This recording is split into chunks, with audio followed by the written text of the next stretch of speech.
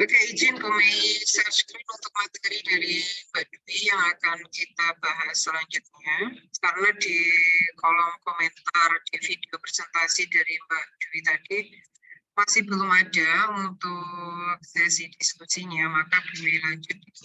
Ini perlu Bumi jelaskan juga di sini untuk perdana ya ini ya.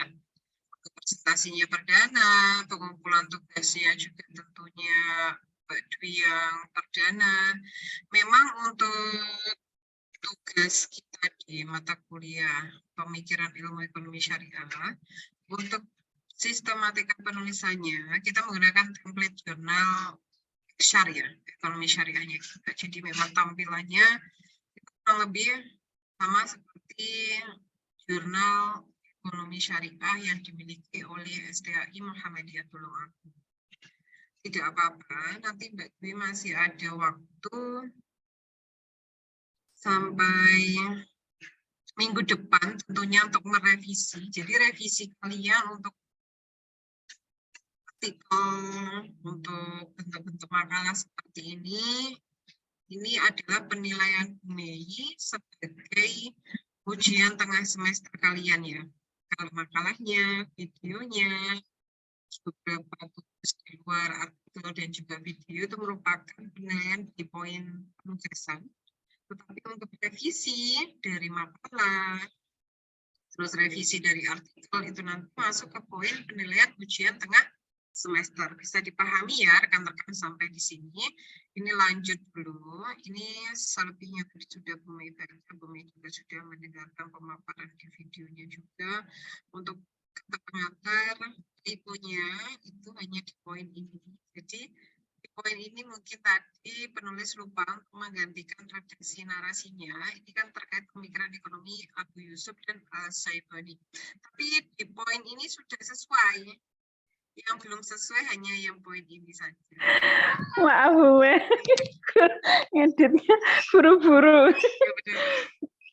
Selebihnya pada versi oke sih. Jadi keseluruhan untuk penulisan makalah ini sudah oke sebenarnya, tetapi memang untuk semester ini beda ya Bu Mei, pengen ada suasana baru, makanya biar kalian nanti terbiasa ke depannya dan seterusnya menggunakan template jurnal. Jadi nanti tinggal dipindah aja, kurang lebih hampir mirip, hampir sama. Cuma memang untuk yang di jurnal itu tidak ada daftar isi, tidak ada kata pengantar, jadi sebenarnya lebih simpel, lebih ringkas, langsung masuk ke poin-poin yang akan penulis bahas tentunya di materi ini, gitu ya. Ini sih oke sih saya lihatnya. Iya, Bu Me, tadi juga sudah dikasih contoh Mbak Putri. Ya. Insya Allah saya revisi Bu Me. Siap. Jadi ini masuk ke poin 1 ya. Jadi sama ketika kalian mau mengerjakan apapun itu bentuk karya ilmiah, baik itu makalah, kalian mengerjakan artikel, kalian mengerjakan jurnal, kalian mengerjakan skripsi, tesis, disertasi, dan apapun itu yang bentuknya karya ilmiah yang memang membutuhkan pertanggungjawaban kalian, mulai dari poin latar belakang tentunya. Di sini Bu Mei tadi baca ya, mulai dari paragraf 1 sampai paragraf terakhir. Nah, di paragraf terakhir ini Bu Mei menemukan ada footnote-nya, ada referensi atau rujukannya. Tetapi di paragraf 1 ini Bu Mei tidak menemukannya. Apakah ini merupakan murni pemikiran dari penulis? Kalau memang murni dari pemikiran penulis tidak masalah, tidak terdapat footnote di dalam paragraf tersebut. Tetapi jika itu adalah hasil karya kita mengambil dari karya orang lain, sebaiknya kita mencantumkan nama tersebut, referensi tersebut di paragraf kita. Gitu ya, ini sampai di sini. Jadi setiap paragraf ya Bu Me.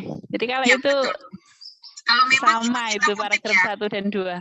Betul, karena logikanya kalau sudah ganti paragraf itu harus dikasih keterangan sumber rujukannya dari mana. Walaupun itu memang hasil murni dari pemikiran kita tidak perlu kita berikan foto. Tetapi jika kita memang mengambil redaksinya dari buku, dari jurnal yang kita referensi, itu memang harus dicantumkan. Meskipun kita melakukan parafrase. Parafrase itu adalah penggunaan kata ganti atau kesamaan kata yang kita gunakan untuk merubah suatu redaksi sehingga redaksi itu nanti tidak sebagai plagiarisme seperti itu ya. Padahal kalau kita bilang bahwa kita ya tidak plagiat karena memang kita menulisnya yaitu sesuai referensi rujukan, tetapi saat ini gaya kepenulisan ini mengalami perkembangan sehingga kalau sama persis dengan yang kita atau sama persis dengan referensi rujukan kita itu malah dikatakan plagiat. Rumus masalahnya kalau di jurnal atau artikel tidak ada, tujuan penulisannya juga hilang seperti itu. Setelah latar belakang di atas atau pendahuluan, langsung masuk di poin ini, pemikiran ekonomi Abu Yusuf seperti itu ya. Nah, di pemikiran ekonomi Abu Yusuf ini perlu digarisbawahi. Jadi tadi sudah Bu Mei dengarkan juga secara seksama ya, mulai dari awal penjelasan narasumber sampai terakhir. Tentunya poin pentingnya di sini yang perlu kalian tarik kesimpulan adalah fokus beliau adalah di pembangunan fasilitas publik. Jadi pembangunan fasilitas publik yang seperti apa? Tentunya fasilitas publiknya ini dicontohkan juga di dalam narasi narasumber tadi, ada yang namanya pembangunan bendungan dan juga pembangunan jembatan, di mana pembangunan bendungan itu memang difungsikan kegunaannya adalah untuk mengairi atau untuk pengairan ya di bidang pertanian seperti itu.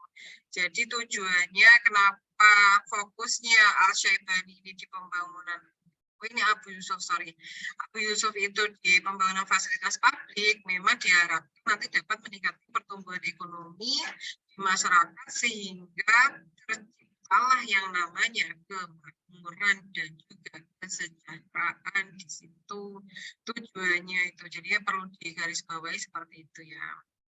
Oke, selanjutnya pemikiran dari Abu Yusuf ada pemanfaatan lahan tidak produktif. Jadi di sini di poin pemanfaatan lahan tidak produktif, meskipun itu bukan milik negara, ketika lahan itu sudah tidak dikelola, maka memang akan disarankan ya untuk diserahkan kepada orang yang bisa mengelola tanah. Ya untuk apa? Lagi-lagi untuk kemaslahatan itu yang dipikirkan oleh si Abu Yusuf. Tentunya yang berikutnya di sini poinnya adalah menciptakan situasi yang kondusif dalam perekonomian. Ini merupakan salah satu pemikiran dari si Abu Yusuf. Dan selanjutnya ada pemanfaatan sumber daya alam. Sampai nanti pemikiran yang terakhir ini sistem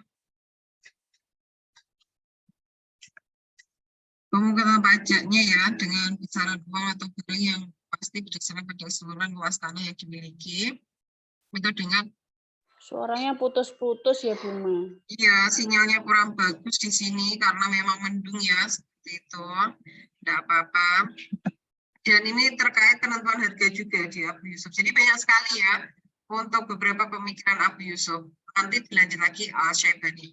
Lagi-lagi di sini saya menemukan bahwa untuk footnote-nya Mbak Dwi itu masih mencupliknya mungkin karena ini satu referensi ya. Jadi diambilnya hanya di akhir saja. Jadi per poin itu harus ada namanya footnote. Ini contoh di poin 6. Ini ada 1, 2, 3. Nah ada 3 paragraf. Apakah ini murni ngutip semuanya? Kalau memang murni ngutip, jadi kasih footnote-nya sama dengan penentuan harga juga ya. Karena Bu Mei menemukan footnote-nya ada di poin 8. Oke, masuk ke Al-Syaibani. Ini ada beberapa pemikiran tentunya. Pemikiran pertama, kedua ada terkait kerja ya, terus konsep kekayaan dan kefakiran. Terus ada juga klasifikasi usaha-usaha perekonomian ini terkait pemikiran Al-Syaibani, ada kebutuhan-kebutuhan ekonomi. Terus ada spesialisasi dan distribusi pekerjaan tentunya. Itu adalah pemikiran dari Al-Syaibani. Ini semuanya dari jurnal kan, Mbak Dwi? Gimana Mbak Dwi? Apakah ini diambil dari jurnal? Nah, untuk kesimpulan, jadi ketika pemikiran Bu Yusuf tadi ada 8 poin, maka di sini hasil pemikirannya sama 8 poin. Kalau pemikiran dari Al-Syaibani tadi ada 3 poin, maka di belakang kesimpulan, ada 5 poin. Jadi ya sama seharusnya, jadi sinkron dengan pembahasannya. Terus di sini ada saran ya. Nah ini. daftar pustakanya. Daftar pustaka itu adalah nama penulis jurnal. Terus koma, judul jurnalnya apa? Jangan lupa judul jurnal itu ada volume berapa, terus ada terbitan tahun berapa, nama jurnalnya apa, seperti itu ya, ya. Dan Bu Mei belum menemukan di sini link jurnalnya itu seperti apa. Nanti bisa dilengkapi lagi. Apakah bisa diterima penjelasannya Bu Mei?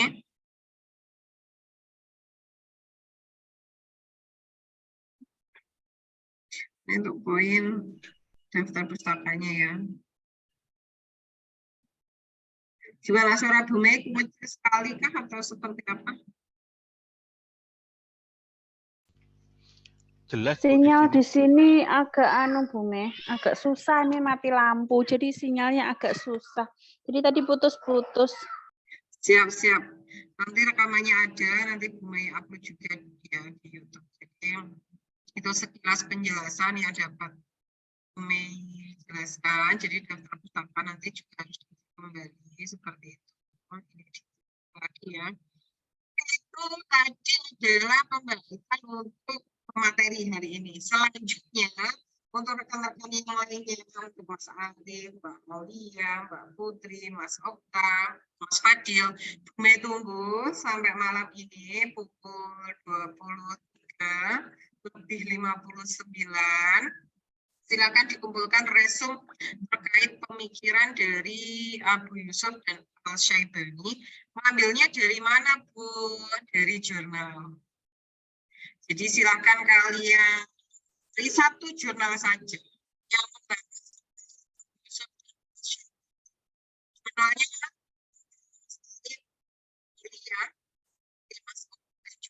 tidak boleh sama. Jadi silakan nanti koordinasi dan komunikasi yang baik. Silakan langsung mencari jurnal online yang membahas kaitannya tentang pemikiran ekonomi syariah ya, pemikiran ekonominya Abu Yusuf, versinya Abu Yusuf dan juga Al-Syaibani.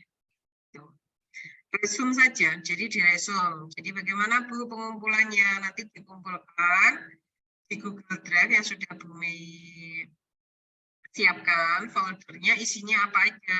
Satu jurnal online plus hasil resum kalian diketik di PowerPoint, di PPT, di Translate juga boleh. Jadi intinya saja tidak perlu kalian membuat latar belakang, pengantar tidak perlu. Jadi kalian membuatnya adalah resum dari pemikiran Abu Yusuf langsung dan Al-Syaibani berdasarkan jurnal yang kalian dapat. Banyak sekali jurnal online, kalian tidak boleh sama. Jadi tidak usah mengerjakan ya, karena Mbak Dwi adalah pematerinya. Jadi langsung Mas Arif, Mbak Aulia, Mbak Putri, Mas Okta, Mas Fadil nanti dikumpulkan sebelum pukul 00 ya. Paling akhir itu 23:59. Oke, sampai di sini ada yang mau ditanyakan?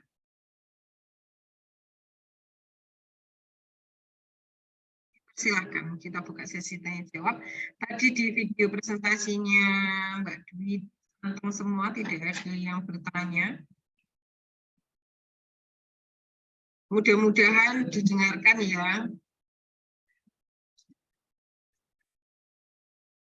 Jadi kenapa Bu Mei lebih suka untuk mendokumentasikan semua materi atau semua perkuliahannya Bu Mei ya. Siapa tahu next time kalian membutuhkannya, jadi bisa dibuka-buka kembali, bisa dipelajari kembali dimanapun kalian berada, kapanpun itu. Jadi tidak terbatas oleh waktu tentunya, jadi bisa kalian akses. Kalau tidak didokumentasikan atau tidak dipublikasikan, nanti akan hilang dengan sendirinya, kan eman-eman ya hasil kalian. Oke, silakan. Jika ada yang mau ditanyakan. Ya ini tempatnya Mbak Dwi ternyata sinyalnya susah, mati lampu rekan-rekan, jadi mohon maaf. Oke, mungkin yang masih ada di sini ada Mas Arif, Mbak Aulia, Mbak Putri, nanti tolong dijabarkan di grup, di kelas kembali itu seperti apa tugasnya, atau nanti ini hasilnya rekod dari pertemuan perdana kita di bulan Ramadan ini akan Mei share di YouTube saja ya. Nanti bisa kalian dengarkan kembali. Oke, apakah cukup? Ada yang mau ditanyakan? Cukup Bu dari saya. Oke, terima kasih Mas Arif sudah mewakili 50 mahasiswa yang hadir pada siang hari ini. Lagi, semoga puasanya kalian lancar ya hari ke-13 ini dan segera Idul Fitri kayaknya ya. Cepatnya saja. Mari kita percepat bagaimana prosesnya yang mungkin ya. Terima kasih sekali lagi sudah meluangkan waktunya pada siang hari ini ada Mbak Putri, Mbak Aulia, Mas Arif. Terima kasih. Sekali lagi Mas Fadil, semoga lekas sembuh karena darah rendah kelihatannya kebanyakan semangka ya tadi malam. Oke, nanti bisa dijelaskan ke Mbak Dwi, rekan-rekan semuanya. Terima kasih, kita tutup perkuliahan pada sore hari ini dengan bacaan hamdalah bersama-sama. Alhamdulillahirabbil alamin. Semoga perkuliahannya bermanfaat untuk kalian ya. Wassalamualaikum warahmatullahi wabarakatuh. Waalaikumsalam warahmatullahi wabarakatuh. Terima kasih Bu Mei. Oke, sama-sama Mas Arif.